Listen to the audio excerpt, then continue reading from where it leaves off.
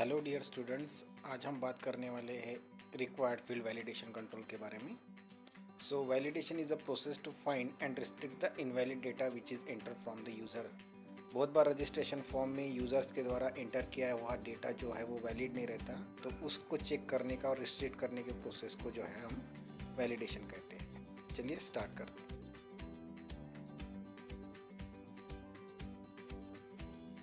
Okay, तो सबसे पहले आप लोगों को विजुअल स्टूडियो ओपन करना पड़ेगा। उसमें आप लोगों को एक नया प्रोजेक्ट बनाना है विजुअल स्टूडियो में, ठीक है। वेब फॉर्म का हम प्रोजेक्ट लेने वाले हैं, ठीक है। तो क्रिएट अ न्यू प्रोजेक्ट में मैं सबसे पहले टाइप करता हूँ लैंग्वेज एज अ C#, ठीक है, C# प्रोग्रामिंग लैंग्वेज में, ठीक है। प्लेटफॉर्म हम लेने वाले हैं विंडोज़। प्रोजेक्ट टाइप हम रखने वाले हैं वेब, ओके। सो उसके बाद में हम लोगों को इन तीन चीज़ों की मदद से हम लोगों को प्रोजेक्ट बनाना है। आप एक तो ASP.NET वेब फॉर्म में एम्प्टी प्रोजेक्ट ले सकते हो या फिर वेब फॉर्म प्रोजेक्ट ले सकते हो, ठीक है। तो हम लोग यहाँ पे वेब फॉर्म साइट सिलेक्ट करने वाले हैं, ठीक है। तो ASP.NEट वेब फॉर्म साइट को हमको सिलेक्ट करना है और क्रिएट पे क्लिक करना है, ठीक है। जैसे ही आप क्रिएट पे क्लिक करेंगे तो आपका एक प्रोजेक्ट विजुअल स्टूडियो में आ जाएगा। विजुअल स्टूडियो में देखिए यहाँ पे आप लोगों को कॉन्फ़िगर करना है। आप लोगों को आपके प्रोजेक्ट का नाम बताना है और कौन से लोकेशन पे उसको रखना है वो बात बताना है, ठीक है। और यहाँ पे आप लोगों को उसको कॉन्फ़िगर करने के बाद यहाँ पे आप लोगों को उसको क्रिएट करना है, ठीक है। यहाँ पे आप लोगों का कॉन्फ़िगर प्रोजेक्ट चालू हो जाएगा आपके प्रोजेक्ट के नाम से। विजुअल स्टूडियो में आप लोगों का प्रोजेक्ट आ गया है, ठीक है। तो यहाँ पे देखिए ASP.NEट वेब फॉर्म साइट लेने के बाद आप लोगों को बहुत सारे जो रेडीमेड प्रोग्राम्स जो है वो मिल गए हैं। आप लोगों के सॉल्यूशन एक्सप्लोरर में वो बहुत सारे प्रोग्राम्स और उसके सपोर्टिंग फाइल्स आ चुके हैं, ठीक है। तो अभी आप देखिए यहाँ पे आपके बहुत सारे कंट्रोल्स यहाँ पे टूल बॉक्स में आप लोगों को मिल गए हैं, ठीक है। तो इनकी मदद से हम लोग प्रोजेक्ट का जो वैलिडेशन कंट्रोल है वो सीखने वाले हैं, ठीक है। तो यहाँ पे मैं default.aspx को व्यू इन वेब ब्राउज़र कर देता हूँ, ठीक है। देखिए तो मेरा default.aspx जो मेरा होम पेज रहेगा वो ऐसे मुझको दिखने वाला है, ठीक है। क्योंकि मैंने ये वेब फॉर्म प्रोजेक्ट लिया है तो यहाँ पे बहुत सारे कॉन्टैक्ट्स अबाउट ये बहुत सारे रेडीमेड पेजेस जो है वो आप लोगों को मिल जाएंगे। आप लोगों को बनाने की ज़रूरत नहीं, वो अपने आप लोगों को मिल जाएंगे, ठीक है। यहाँ पे मास्टर फाइल है, यहाँ पे स्क्रिप्ट्स है, बहुत सारी jQuery के रिलेटेड बहुत सारी सपोर्टिंग फाइल्स आप लोगों को यहाँ पे ASP.NET वेब फॉर्म में मिल जाएंगे, ठीक है। तो उसको आप सॉल्यूशन एक्सप्लोरर में देख पा रहे हो, ठीक है। D: पे भी जहाँ पे आप लोगों ने प्रोजेक्ट बनाया हुआ वहाँ पे भी आप लोगों को प्रोजेक्ट्स जो है इसके सपोर्टिंग फाइल्स और इसके रिलेटेड प्रोग्राम्स आप लोगों को यहाँ पे मिल जाएंगे, ठीक है। तो मास्टर फाइल यहाँ पे रेडीमेड आप लोगों को मिल गई है, उसमें बहुत सारी स्क्रिप्ट्स आप लोगों को यहाँ पे रेडीमेड मिल जाएंगी। तो आप लोगों को इन सब चीज़ों को बनाने की ज़रूरत नहीं, आप लोगों को ये रेडीमेड मिलने वाला, ठीक है। तो ये रहे आप लोगों के प्रोग्राम्स जो सपोर्टिंग प्रोग्राम्स रहेंगे, ठीक है। ये आप लोग देख सकते हो यहाँ पे ये प्रोग्राम्स जो है वो आप लोगों को बनाने की ज़रूरत नहीं है, वो रेडीमेड अपने आप मिल जाएंगे जब आप ASP.NET web form site select करेंगे, ठीक है। सो यहाँ पे मैंने आप लोगों को उसको होम पेज को रन करके भी दिखाई दिया ब्राउज़र पे कैसे रन होता है, ठीक है। अब यहाँ पे आप लोगों को एक नया देखिए, आप लोगों का अगर प्रोजेक्ट किसी वेब फॉर्म को सिलेक्ट नहीं करेंगे तो यहाँ पे न्यू फाइल नहीं आएंगे। आप लोगों को एक वेब फॉर्म को सिलेक्ट करना है, फाइल में जाके न्यू में आप लोगों को न्यू फाइल लेनी है, ठीक है। कोई तो भी एक वेब फॉर्म को सिलेक्ट करके आप लोगों को करना पड़ेगा, ठीक है। यहाँ पे देखिए वेब फॉर्म मैं सिलेक्ट कर देता हूँ और यहाँ पे मैं मेरे नया जो प्रोग्राम मैं अभी जो ऐड करने वाला हूँ उसको मैं नाम दे देता हूँ, ठीक है। रिक्वायर्ड फील्ड वैलिडेशंस या फिर उसके रिलेटेड कोई भी नाम से आप उस प्रोग्राम को रख सकते हो, ठीक है।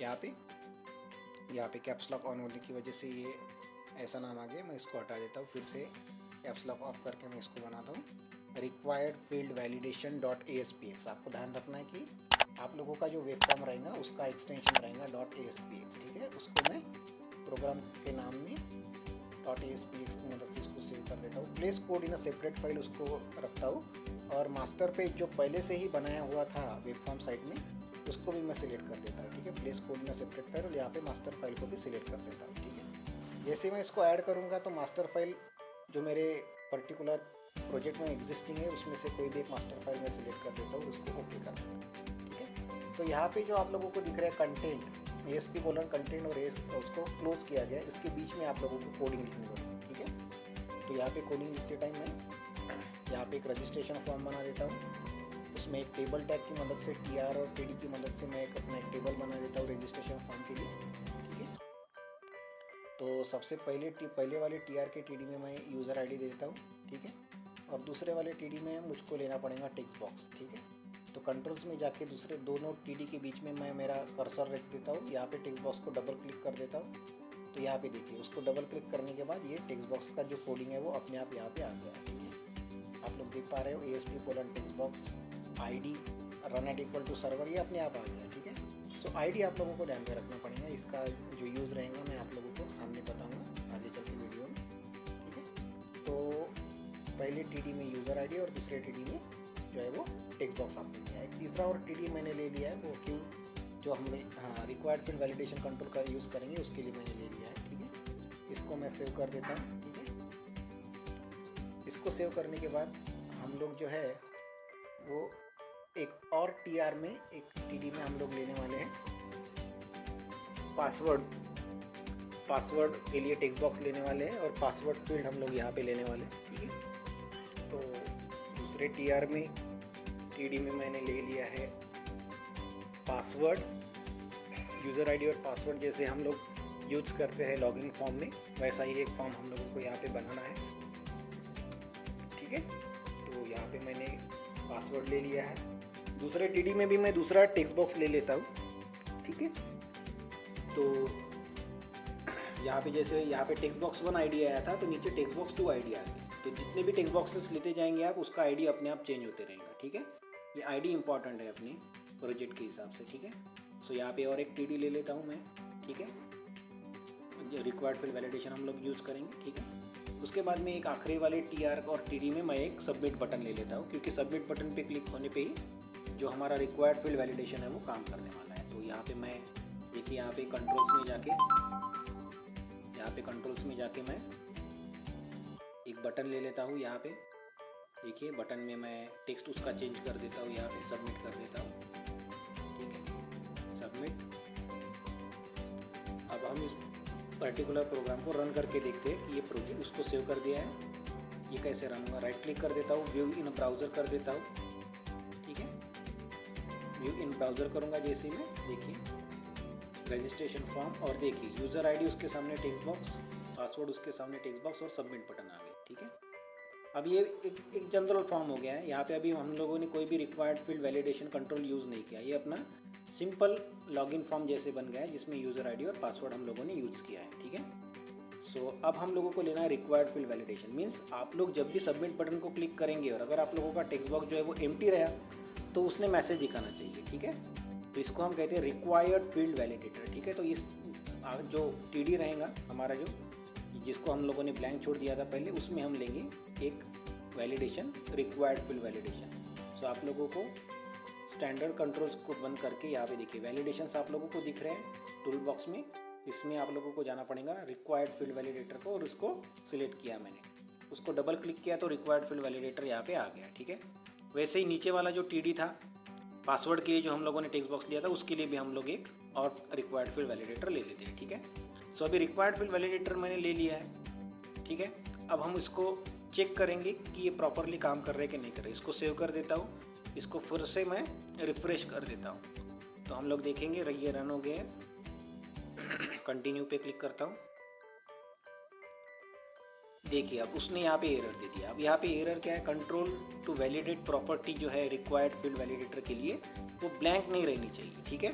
तो कंट्रोल टू वैलिडेट नाम की प्रॉपर्टी हम लोगों को यूज़ करनी पड़ेगी, किसके साथ में, रिक्वायर्ड फील्ड वैलिडेटर के साथ में, नहीं तो ये ऐसा एरर आ जाएगा। तो हम लोगों को क्या करना है, हम लोगों को रिक्वायर्ड फील्ड वैलिडेटर में जाना है। देखिए आप लोगों का पहला जो रिक्वायर्ड फील्ड वैलिडेटर है उसमें आप लोगों को जाना है, स्पेस बार देना है, और यहाँ पे आप लोगों को कंट्रोल टू वैलिडेट इस प्रॉपर्टी को चेक करना है, और उसमें आप लोगों को ID का नाम देना है, उस टेक्स्ट बॉक्स का ID का जिसको आप लोगों को ब्लैंक नहीं रखना है, ठीक है। तो यहाँ पे मेरे पहले टेक्स्ट बॉक्स का जो ID था वो था टेक्स्ट बॉक्स 1, तो यहाँ पे मैं control to validate text box 1।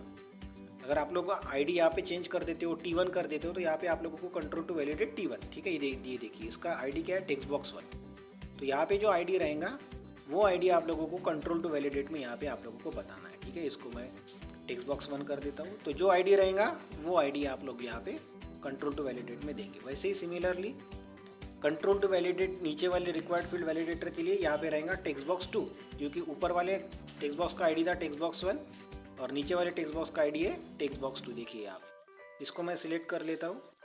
उसको सिलेक्ट करने के बाद मैं यहाँ पे उसको पेस्ट कर देता हूँ। ठीक है, तो ये आईडी आप लोगों को ध्यान में रखना पड़ेगा, क्योंकि आईडी की मदद से ही ये रिक्वायर्ड फील्ड वैलिडेटर काम करते हैं। ठीक है, तो इसको मैं अभी सेव कर देता हूँ। ठीक है, अब देखते हैं हमारा जो प्रोजेक्ट अभी जो एरर आ गया था वो प्रोजेक्ट हम उसको फिर से एक बार सेव करके रिफ्रेश करके देखते हैं। जैसे हम उसको रिफ्रेश करेंगे, देखिए ये हमारा जो एरर है वो चला जाएगा। ठीक है, देखिए चला गया अभी एरर। ठीक है, अभी सबमिट करता हूँ। मैंने टेक्स्ट बॉक्स में कुछ नहीं लिखा है, यहाँ पे वो मैसेज आ गया रिक्वायर्ड वैलिडेटर का, ऐसा कुछ मैसेज आ गया यहाँ पर। अब आप लोगों को मैसेज चेंज करना है। ठीक है, तो अगर आप लोगों को ये मैसेज चेंज करना है तो एरर मैसेज में आप लोगों को प्रॉपर मैसेज देना पड़ेगा, जो आप लोगों के सामने डिस्प्ले होना चाहिए जब टेक्स्ट बॉक्स एम्प्टी रहेगा और यूज़र उसको सबमिट बटन पे क्लिक करेगा। ठीक है, user ID can not blank, ऐसा हम सिस्टमेटिक एक मैसेज दे देते हैं। और यहाँ पे भी हम लोग पासवर्ड के लिए भी हम लोग एक मैसेज दे देते हैं कि password can not be blank. Okay, so यहाँ पे हम लोग देख सकते हैं password can not be blank, ऐसा सिस्टमेटिक मैसेज आ जाएगा जब हमारा टेक्स्ट बॉक्स एम्प्टी रहेगा और अब हम लोग सबमिट करेंगे। ठीक है, तो ये चेक करता है कि आप लोगों का जो टेक्स्ट बॉक्स है वो एम्प्टी नहीं रहना चाहिए। इसी को हम कहते हैं वैलिडेशन कंट्रोल। इस वैलिडेशन कंट्रोल का नाम है रिक्वायर्ड फील्ड। अब क्योंकि यहाँ पे पासवर्ड है, ठीक है, तो जैसे कि आप लोगों को पता है कि पासवर्ड होने की वजह से जब हम पासवर्ड टाइप करते हैं तो वो कुछ तो भी स्पेशल सिंबल में आते हैं। ठीक है, जैसे कि अगर आप यूज़र आईडी टाइप करेंगे तो यूज़र आईडी तो शो होता है, लेकिन पासवर्ड जब आप देखते हो तो पासवर्ड जो है वो स्पेशल कैरेक्टर में आते हैं।